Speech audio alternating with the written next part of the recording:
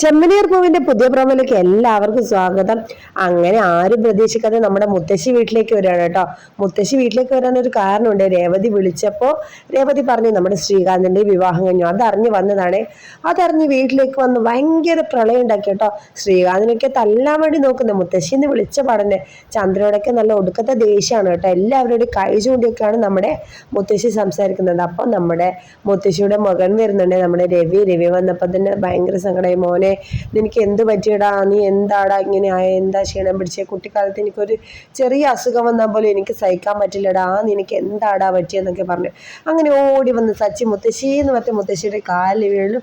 മുത്തശ്ശി ഒരു അടി കവളമുറിയോ കൊടുത്തു കേട്ടോ. പോടാന്ന് ഒറ്റയായി. അപ്പൊ സച്ചിക്ക് ആകെ വിഷമായി. എന്തേ ഈ മുത്തശ്ശിക്ക് പറ്റിയെന്ന് ചിന്തിച്ചു. അപ്പൊ സംഭവം ശ്രീകാന്തിന്റെ കല്യാണം കഴിഞ്ഞത് ആരും വിളിച്ചു പറഞ്ഞില്ലല്ലോ, സച്ചി അടക്കം വിളിച്ചു പറഞ്ഞില്ലല്ലോ. ആ ഒരു ദേഷ്യമാണ് മുത്തശ്ശിക്ക്. അപ്പൊ നമ്മുടെ രേവതിയോട് സച്ചിക്ക് ആകെ മൊത്തം ദേഷ്യം വന്നു. നീയല്ലേ മുത്തശ്ശിയോട് എല്ലാം പറഞ്ഞ് ആ കൈനോട്ടക്കാരി പറഞ്ഞത് എത്ര സത്യം, നിന്റെ വായിക്കാണ് കുഴപ്പം, നിന്റെ വായി കാരണമാണ് ഇതൊക്കെ പറഞ്ഞു എന്നിട്ട് അവളെ വായി മൂടിക്കിട്ടാണ്. അപ്പൊ ഇന്നത്തെ എപ്പിസോഡ് കലക്കണം. എല്ലാവരും മറക്കാതെ കാണുക. Thank you.